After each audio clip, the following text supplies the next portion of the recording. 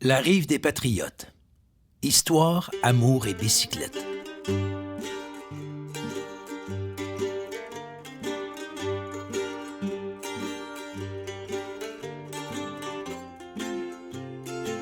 Aujourd'hui, mon histoire commence comme les autres, au bord du Richelieu. Cette rivière qui coule et donne le rythme à ses riverains depuis le lac d'en haut, dit le lac Champlain, jusqu'au croisement du fleuve Saint-Laurent à Sorel. La route me mène maintenant au village de Saint-Denis. Bien sûr, je vais vous parler des Patriotes. On ne peut pas garder le silence sur les événements de 1837. Je vais aussi vous parler de ces familles qui, durant des années après le conflit, ont dû panser leurs plaies, se consoler de leur veuvage, accepter leurs manques et leurs ennuis. Mais il a bien fallu que la vie continue. On s'est donc relevé les manches et on a cultivé la terre, récolté et partagé. Après les incendies ordonnés par le commandant britannique Colborne, dit le brûlot, on a ressorti les godans d'or et on a scié des arbres, on en a fait des maisons et des granges. On s'est jouqué sur la pointe de la charpente pour rendre les toits étanches. Les femmes tissaient des catalognes et les enfants dormaient sur le bacu. Les plus toxons accompagnaient leur mère à la besogne. Pour prospérer, les meuniers, les agriculteurs, les ferblantiers et les potiers s'activaient avec passion. Il était essentiel de faire encore battre les cœurs afin que les familles se multiplient, que les amants de la patrie, de la langue et de leur pays chantent, dansent, content des histoires et hissent le drapeau toujours plus haut pour montrer leur fierté. Au fur et à mesure que le village renaissait de ses cendres, les amours se ranimaient.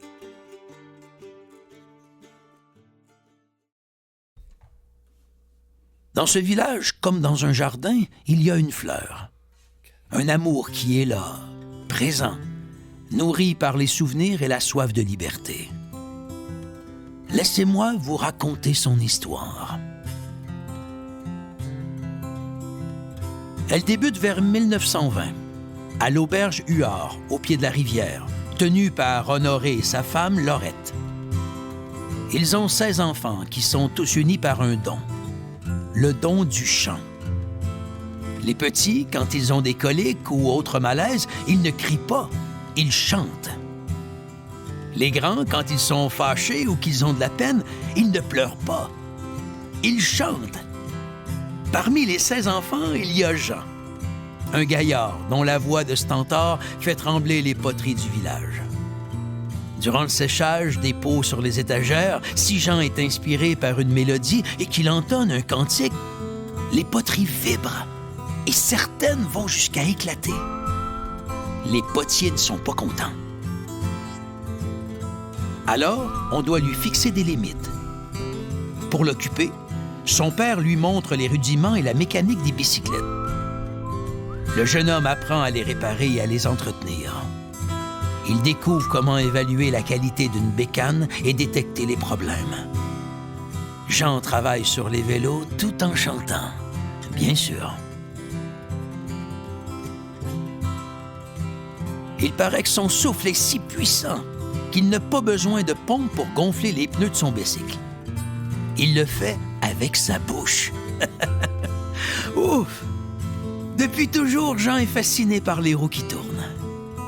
Avec beaucoup de minutie, il multiplie les broches, natte ses fils de métal afin que la roue soit parfaitement alignée et glisse aisément sur les chemins. Son père sait que pour prévenir l'emballement du don de son fils, il lui faut capter son attention.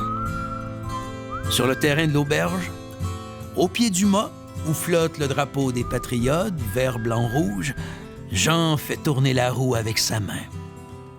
Entouré de ses outils pour vérifier l'alignement. Le drapeau claque au vent et se perd dans l'effet hypnotique des rayons du vélo. Et le grand rêveur s'égare dans ses pensées. Il voit le clocher de l'église érigé 200 ans plus tôt, le jour de l'anniversaire de son saint patron, Denis, le 9 octobre 1740. Les Dionysiens et Dionysiennes aiment la fête. C'est pourquoi tous les ans, au temps des récoltes, il célèbre la nature, la fierté de ce qu'ont réalisé les gens du village. C'est l'orgueil qu'on tire d'avoir dominé un lopin de terre pour qu'il nourrisse son monde.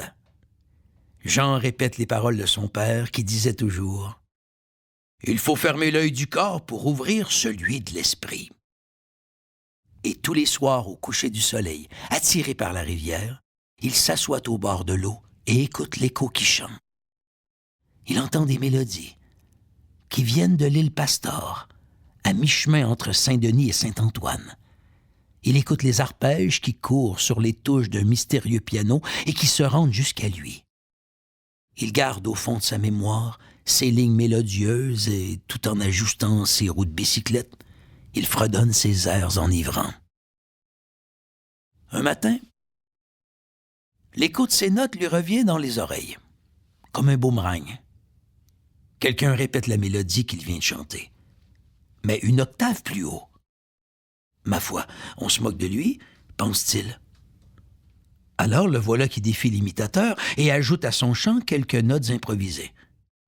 La réponse lui revient aussitôt, claire et nette. Jean distingue alors, dans le grand chêne du bord de l'eau, un bel oiseau, un passereau noir à queue courte. Son plumage teinté de vert et moucheté de jaune a des reflets multicolores. Son long bec jaunâtre pointe vers le ciel et porte très loin son chant. Jean entre immédiatement dans l'atelier pour ouvrir son livre de référence, Charmant voisin, de Claude Mélençon. Après quelques recherches, il identifie l'oiseau imitateur et se surprend à crier « c'est un étourneau sans sonnet !» Ce grand chanteur venu du vieux continent vit ici depuis quelques décennies. Est-ce un présage? Les voisins lui disent souvent qu'il est un oiseau rare.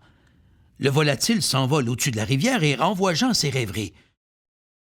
En faisant tourner la roue de sa bicyclette, ses pensées reviennent en arrière. Il voit les patriotes de Saint-Antoine et de Contrecœur traverser la rivière pour venir au secours de leurs frères à Saint-Denis, qui se battent contre l'armée anglaise. À leur tête, Lévi Bourgeois, un gaillard de 37 ans, cultivateur de Saint-Antoine, rame avec ardeur, vêtu de son grand manteau de laine et de sa tuque enfoncée jusqu'aux oreilles. Il brandit le drapeau vert, blanc, rouge, et Jean l'entend clairement crier « Liberté !» Sorti de sa rêverie, notre stentor se dit qu'il aurait aimé vivre à cette époque. « J'aurais chanté si fort, se dit-il, que les British en auraient perdu leur chapeau. J'aurais produit le même effet que les cornemuses des Écossais devant les troupes britanniques. L'ennemi aurait paniqué en m'entendant. » Jean a son slogan. Les patriotes, c'est avec leur voix qu'ils se battent. Leurs cordes vocales sont bandées comme un arc, prêtes à décocher leurs flèches avec précision en allant droit au cœur. Leurs basses font trembler l'opposant et leurs aigus percent les tympans.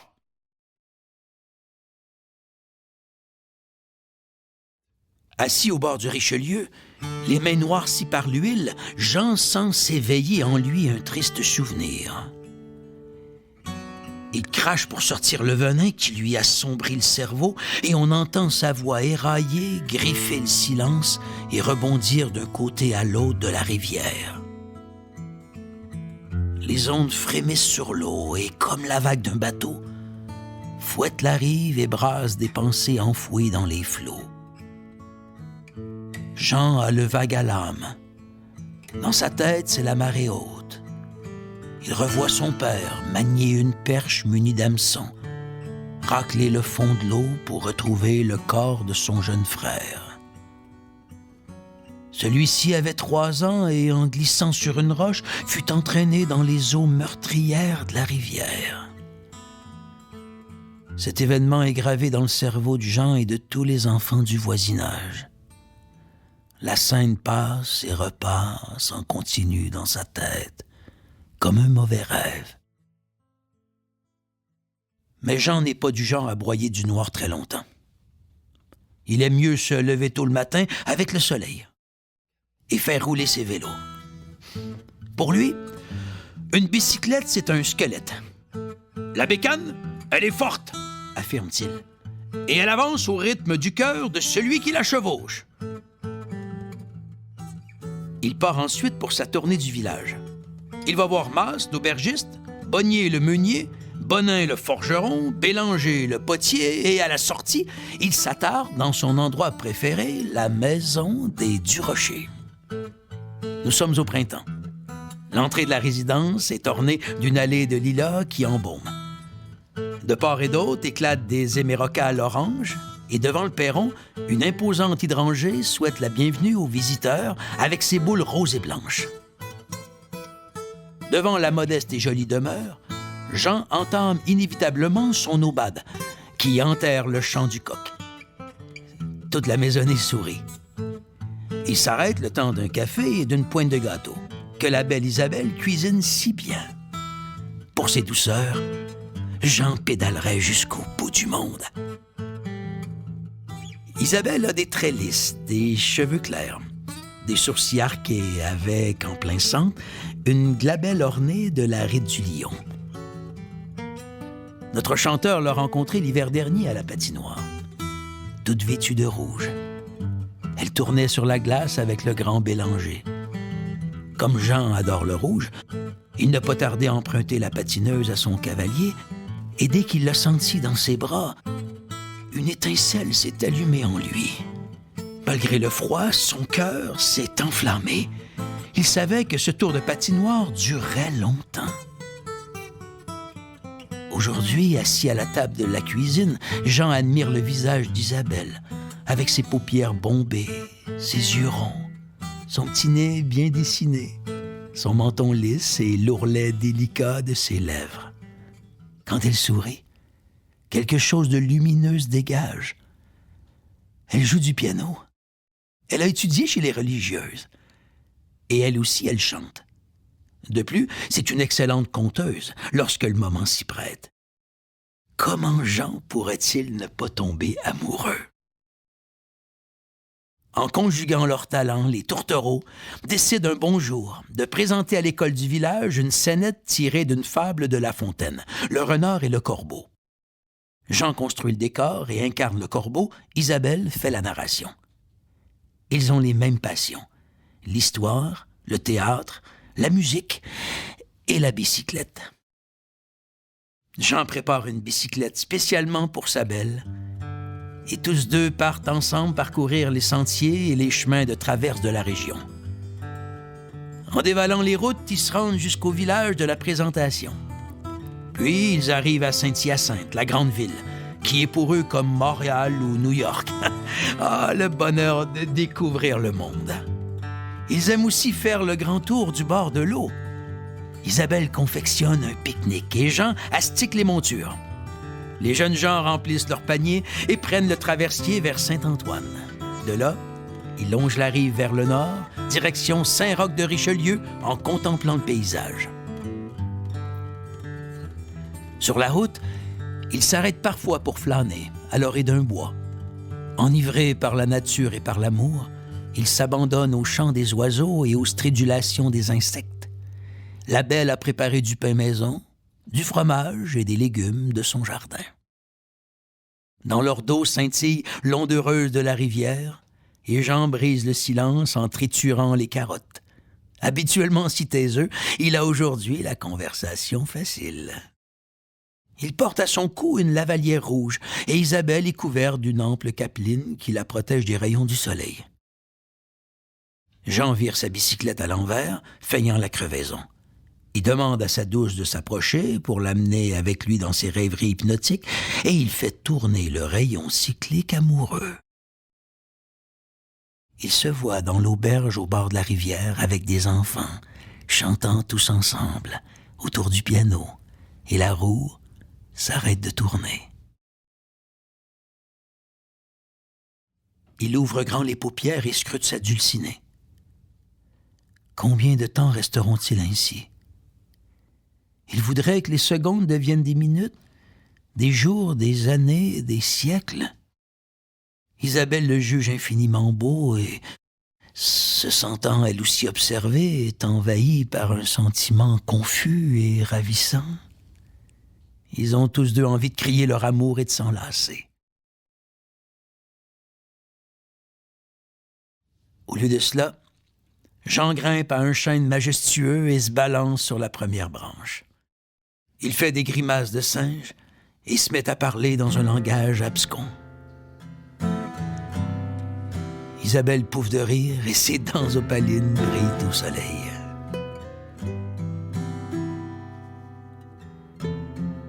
S'aimer en secret, chuchoter les mots qu'il faut, écouter le silence, apprivoiser nos différences.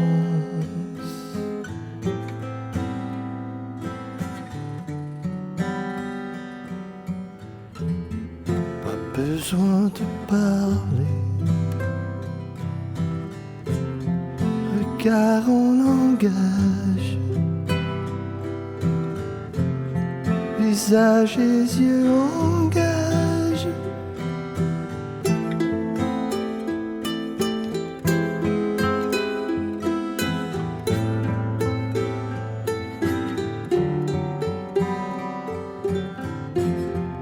Amour en bulle, en ballon, en montgolfière,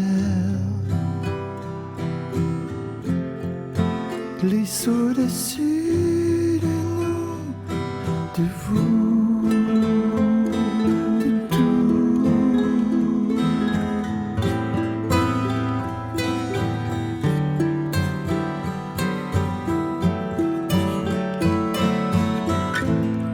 Nous sommes fleurs sauvages,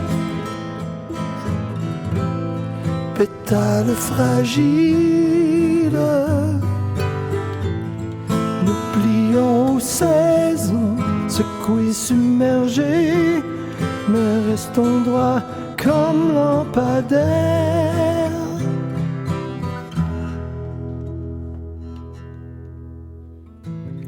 On roule le cycle des mois, suit la cadence, et le temps file entre nos bras, nos corps adieu, adieu, sans adieu, adieu. Les refrains éclatent sur les cordes de la vie, implose sur une pluie mélodie, et notre beau piano aime qu'on la joue.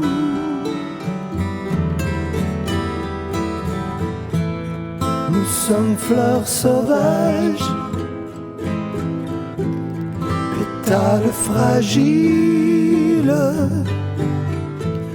nous plions aux saisons, secoués, submergés, mais restons droits comme lampadaires.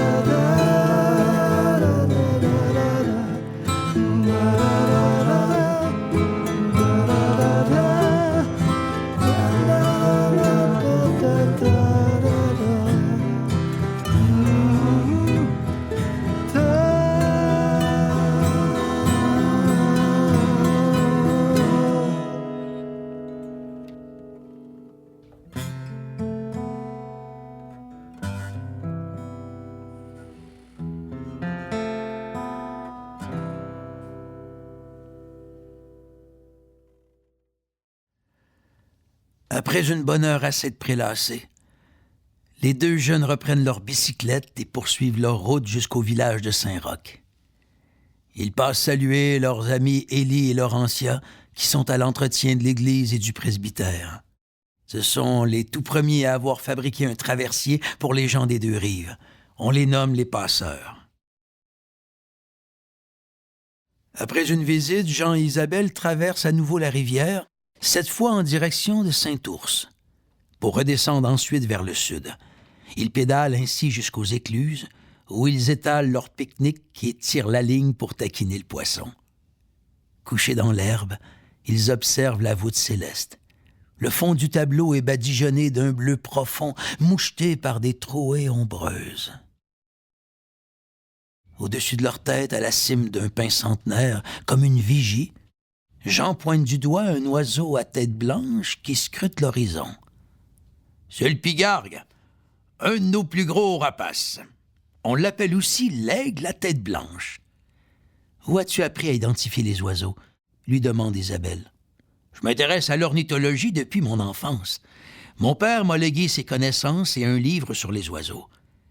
Depuis, j'admire ce monde ailé. J'aime aussi la musique. J'ai eu cette double piqûre en rencontrant des gens passionnés comme moi. Justement, ce soir, c'est la fête au village. Allons-y. On repart pour un dernier trait jusqu'à Saint-Denis. » Au village, chaque mois, on se rassemble à la salle paroissiale pour la fête. Il y a l'ami Armand qui joue de la mandoline, un instrument qu'il a hérité de son grand-père. Pour faire danser, il a appris de son pépé des gigues irlandaises et écossaises. C'est le meilleur pour partir les soirées dansantes. Avec d'autres copains qui jouent du violon, du banjo et de la guitare, ils mettent le feu au plancher de danse. Des 7 carrés, des rigodons et des valses. La compagnie réunit les couples et provoque des amours. Emportés par l'ivresse, les plus fous hurlent aux violonistes. « Ah ouais!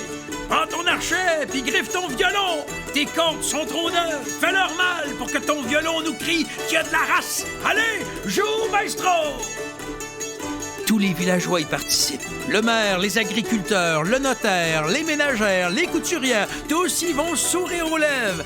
Ils moutonnent, jouent des coudes et des épaules pour rapprocher la piste de danse. Main dans la main, doigts croisés, joue contre joue, on déballe ses atouts. Suit bientôt le 6-8 et le party est pogné.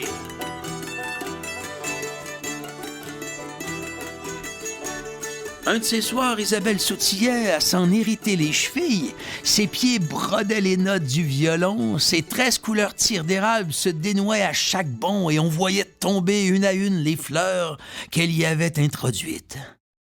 Dans tout ce brouhaha, le groupe des chanteux du bonhomme Richer animait le chœur. Onil Perrier et sa femme Berthe, ses amoureux d'histoire et de géographie, assis au premier rang, se réjouissaient de voir des gens si heureux. Jeunes et moins jeunes faisaient la fête. Partout, les regards brûlaient au milieu de la foule, tête après tête, nuque après nuque, à droite, à gauche, en aval et en amont. Dans un coin, fumant la pipe, les plus vieux devisaient, le dos courbé par le temps, leurs chapeaux portant tout le passé du village. Ils avaient connu les chasses giboyeuses et l'abondance des récoltes. Durant ce temps, le curé, espiègle, reluquait ses citoyens depuis la fenêtre de son presbytère, à l'écart de l'ivresse et des cris, tout en faisant semblant de lire son bréviaire. Et quand les fenêtres vivraient, il savait que Jean venait de prendre la relève. On disait « Jean Huard, c'est un canard Huard !» Quand il chantait sa chanson fétiche, « Mon chapeau de paille », on l'entendait de partout et la foule se taisait. Ce soir-là, il figea l'auditoire de sa voix puissante. Il n'y avait plus d'instrument. Il n'y avait que sa voix de baryton qui envahissait la place. Comme un canon bien chargé, sa voix grondait et crachait les notes en pleine figure des spectateurs. À chaque refrain, l'assemblée chantait avec lui et il aimait ces moments précieux. Il y avait dans la foule un certain M. Caprielli, venu de Montréal pour visiter sa famille. Quand il entendit cette voix, il fut sidéré. « Mamma mia !» s'exclama-t-il. « Mais c'est le baryton dont j'ai besoin dans mon opéra. Dès que Jean eut terminé sa prestation, il l'interpella. Tout en prenant son biceps d'une main, il colla son oreille à son tympan et lui dit « Il faut venir à Montréal. Nous présentons des opéras et il me faut un baryton comme toi. » Jean, un peu dépassé par les événements, ne comprenait plus trop de quoi il s'agissait. Après quelques minutes à converser avec l'Italien, il sut qu'un bon filon s'ouvrait à lui. Il prit rendez-vous pour le lundi suivant. Lundi matin, Jean partit pour la grande ville. C'était la première fois qu'il se retrouvait au milieu des citadins, dans leur bruyant quotidien. En arrivant chez l'impresario, une maison de style victorien aux arabesques dorées, il frappa à la porte d'acajou. En entrant, il fut intimidé par la grandeur de la demeure et le chandelier suspendu au-dessus du salon. M. Caprielli, l'impresario, le ramena vite à la réalité en lui présentant Mariana. « Voici Madame Narinchi, dit-il. C'est elle qui va te diriger pour l'interprétation de ton rôle dans le prochain opéra. » Et c'est ainsi que débuta un grand périple à Montréal, avec des cours de perfectionnement à l'Université McGill et de multiples concerts dans des salons privés de l'ouest de la ville, pour les dames et monsieur bien nantis. Puis ce fut enfin le jour du concours d'opéra italien de 1972. Couronné grand gagnant, notre Dionysien se fit offrir de partir pour une tournée européenne. Oh! Quel changement pour ce petit gars de la campagne! Un parcours rapide vers le haut. Il pensa à sa mère Laurette qui, avec son oreille absolue, lui avait fait répéter dès son jeune âge gammes et arpèges. À son retour au bercail, il était fort excité d'annoncer la nouvelle à ses proches et tout aussi craintif de connaître la réaction de son amoureuse. Son attitude était tout à la fois délictueuse et innocente. Allait-elle accepter ce bouleversement, cet éloignement? Dès qu'il la vit, il lui raconta ce qui s'était passé, avec les propositions qui lui étaient faites. Il lui fit part de ses questionnements, de ses désirs et de ses rêves enfouis. « Et toi, as-tu déjà senti le besoin d'ouvrir l'écluse pour laisser couler la rivière? »« J'ai peur de te perdre, » chuchota-t-elle. « Comme ma grand-mère a perdu son homme quand il est parti combattre en Europe. Et comme mon arrière-grand-mère a perdu son mari quand les patriotes se sont battus contre les Anglais. »« Que dis-tu là? » répondit Jean intrigué. « Écoute, dit-elle, je vais te confier un secret. » Isabelle se mit à lui relater une histoire qui datait de son enfance et qui lui pesait sur la conscience. Déjà toute petite, elle savait que dans le grenier de la maison familiale dormait un étrange coffre dont le contenu était tenu caché. La fillette avait souvent entrevu cette boîte mystérieuse et avait demandé à ses parents de quoi il s'agissait, mais elle n'avait jamais obtenu de réponse. On lui répliquait toujours de façon évasive. Elle avait tout juste 5 ans quand sa mère lui avait demandé la première fois d'aller porter du linge d'hiver au grenier, et l'enfant tremblait, juste à ouvrir la trappe et à sentir l'odeur de renfermé qui se dégageait de l'antre. Elle avait immédiatement glissé le sac à l'intérieur et refermé la porte. Tous les monstres qu'elle avait imaginés s'étaient alors volatilisés. Cependant, la deuxième fois, plus téméraire, elle avait jeté un regard furtif à l'intérieur de la pièce, suffisamment pour apercevoir des chapeaux, une patère en forme de panache, une pile de livres, des mocassins et un hibou empaillé, ce qui la fit sursauter et fermer violemment la porte.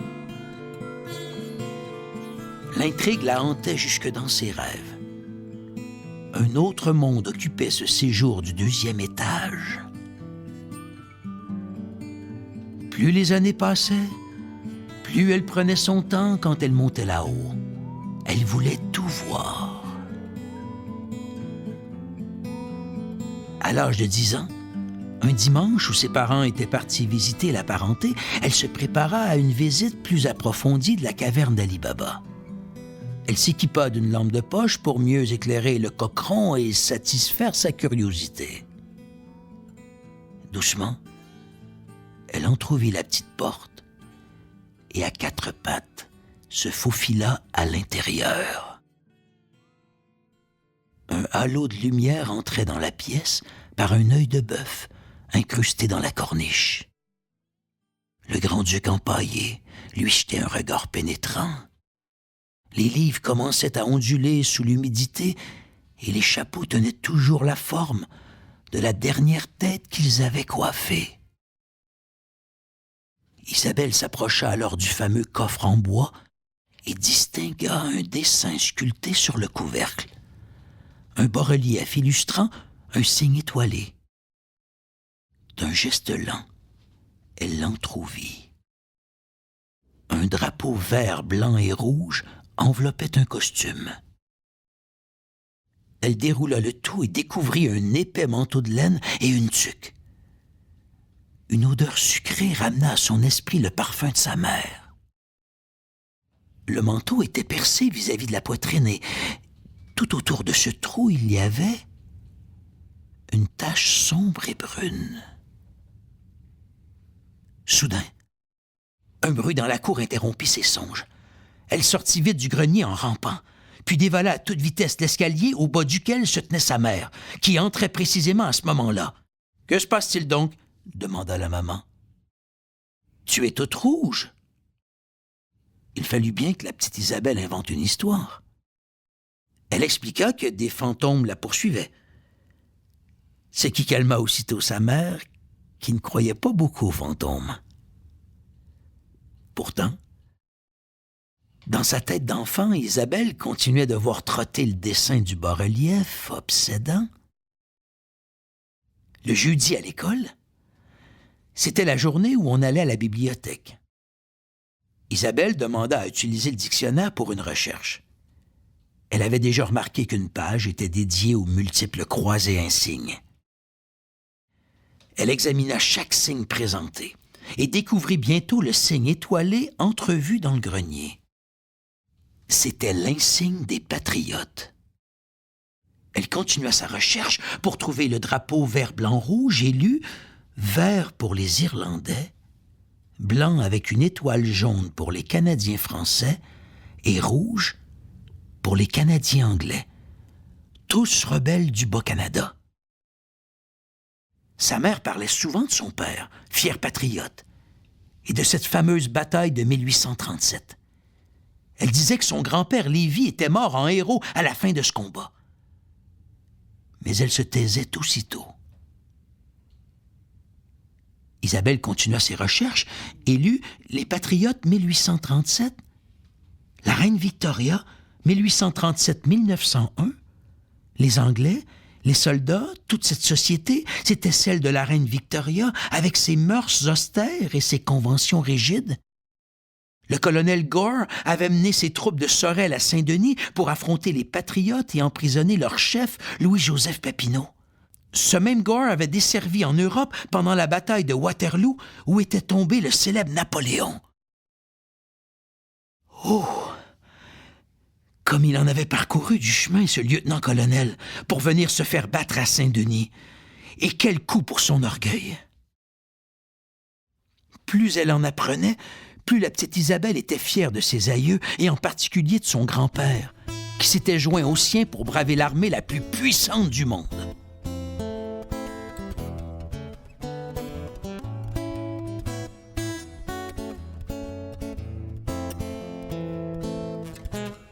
Elle racontait tout cela à son amoureux.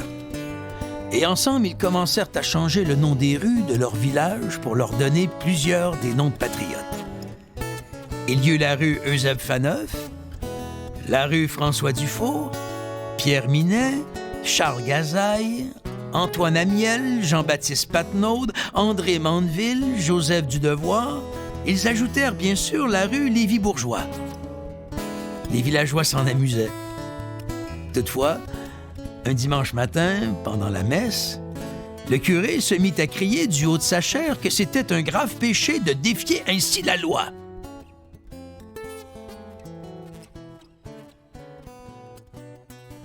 Après sa visite à Montréal, Jean s'interrogeait sérieusement sur son avenir.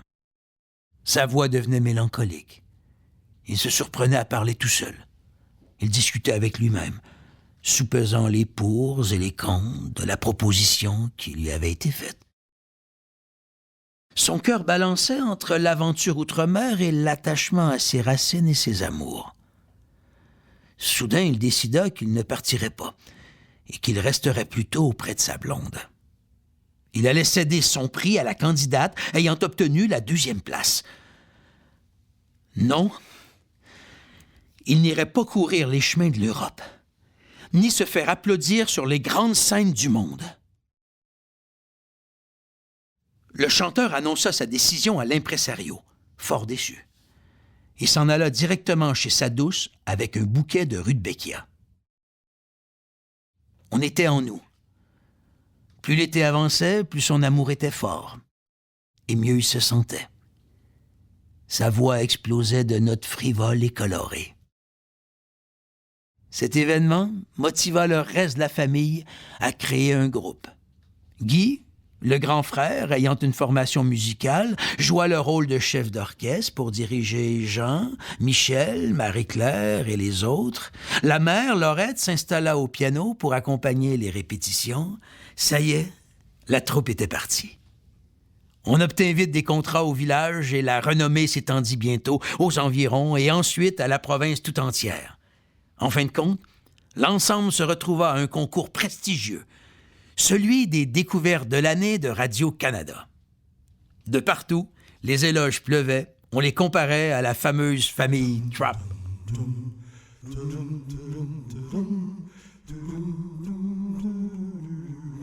Un après-midi, dans son atelier, Jean fredonnait l'air célèbre de l'Arlésienne de Bizet, lorsqu'il entendit à nouveau l'imitateur ailé qui chantait en écho. Les tourneaux étaient maintenant installés dans la corniche du hangar. Il était niché près de son mentor. Après avoir chanté avec lui quelques lignes, Jean commença à lui parler. « Je te trouve fort sympathique, joli oiseau. Tu m'accompagnes dans les meilleurs moments. J'ai appris dans mon livre de référence que le grand Mozart, lui aussi, avait connu un compagnon de ton espèce. Il semble même qu'il ait vécu ensemble durant 3 années. Amadeus avait acheté l'oiseau après l'avoir entendu siffler une mélodie que le jeune musicien venait de fredonner. Toi et moi, on pourrait également devenir amis, non? » Les tourneaux claqua d'emblée le bec et chanta une ligne qui disait « Je ne suis pas Samson, mais je suis Sansonnet. » Aussitôt, Jean le vit planer et disparaître vers l'autre rive.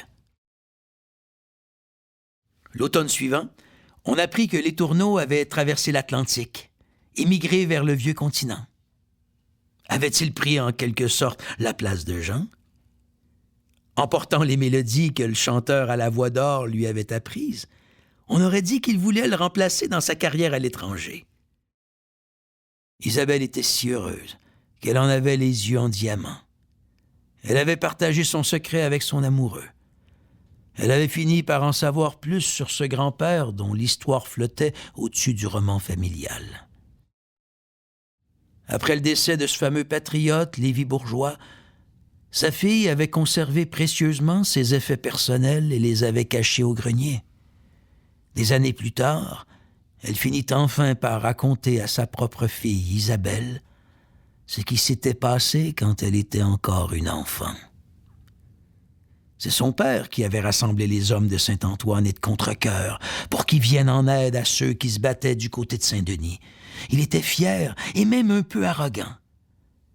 Les combattants s'étaient défendus courageusement sous la direction de Wilfred Nelson et grâce à la ruse et à l'habileté de quelques tireurs d'élite, ils avaient réussi cet exploit phénoménal de mettre en déroute les troupes de l'armée la plus puissante du monde, et cela avec des fourches, des pics et quelques fusils. Alors que les troupes anglaises fuyaient le village après cette fameuse bataille, Lévi les avait poursuivis en courant, les bras en l'air et criant « On vous a bien eu, ma gang de canailles! » Et c'est alors que, paf! Un soldat anglais s'était retourné et lui avait logé une balle en plein cœur.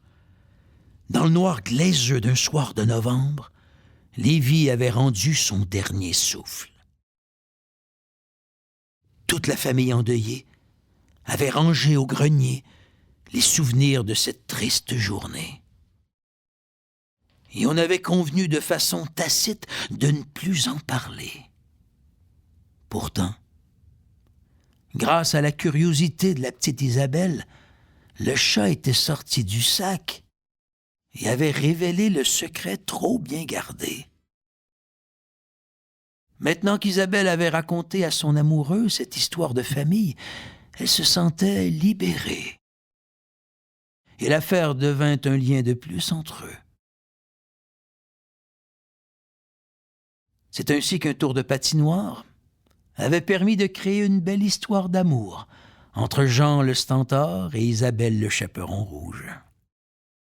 Ils se marièrent et eurent plusieurs enfants. Et ils patinent encore ensemble, 60 ans plus tard. Aujourd'hui, à leur 60e tour de piste à bicyclette, en route vers le village, Isabelle et Jean repassent devant la maison familiale des Durocher, d'où les lilas ont disparu, mais où se sont multipliés les émérocales. L'hydrangée a doublé de volume, une porte d'acier a remplacé la vieille porte de bois, mais l'aubade de Jean résonne toujours. Arrivés devant l'auberge des Huards, ils revoient leur vie, les enfants, les petits-enfants, les tristesses et les plaisirs, les photos en noir et blanc et la rivière qui coule au fond de la cour, descendant à vive allure vers Sorel et faisant couler le temps au fond des cœurs. Le regard d'Isabelle et de Jean n'a pas changé. Leurs amours de Saint-Denis se poursuivent à pied, en patin ou à bicyclette.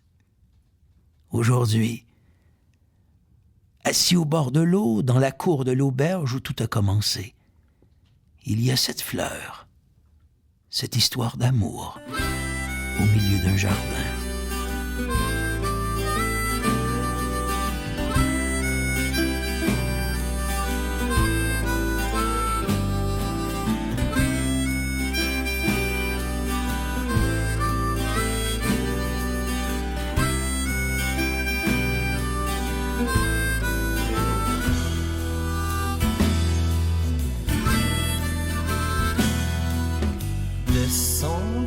Descendez le grand escalier, joignez-vous à nous, venez valser. Tous les discours vous invitent à la cour, nous aurons la parole tour à tour.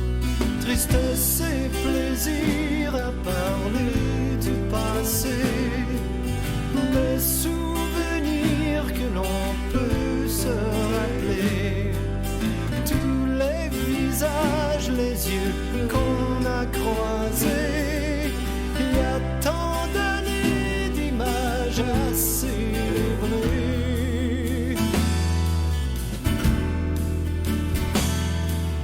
Traversons le pont de l'imaginaire, créons notre nid, notre repère, rassemblons les esselis, les isolés, chacun son cheval sur l'échiquier.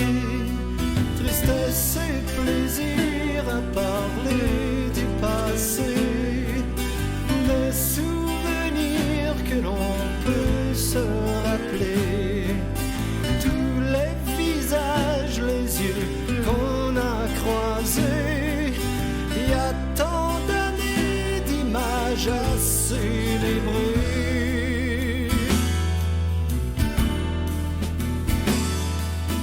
Vous venez d'entendre le conte La Rive des Patriotes, inspiré du village de Saint-Denis-sur-Richelieu.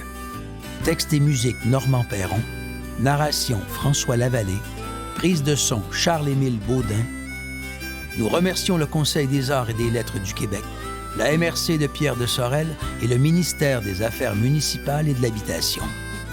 Un merci spécial à Jean Huard. Amis d'enfance, complices d'adolescence, amitié, amour, respect, insolence, premier manège, premier cinéma, première danse, premier célibat, tristesse et plaisir à parler du passé, des souvenirs que l'on peut se rappeler, tous les visages, les yeux qu'on a croisés, il y a tant d'années d'images à célébrer.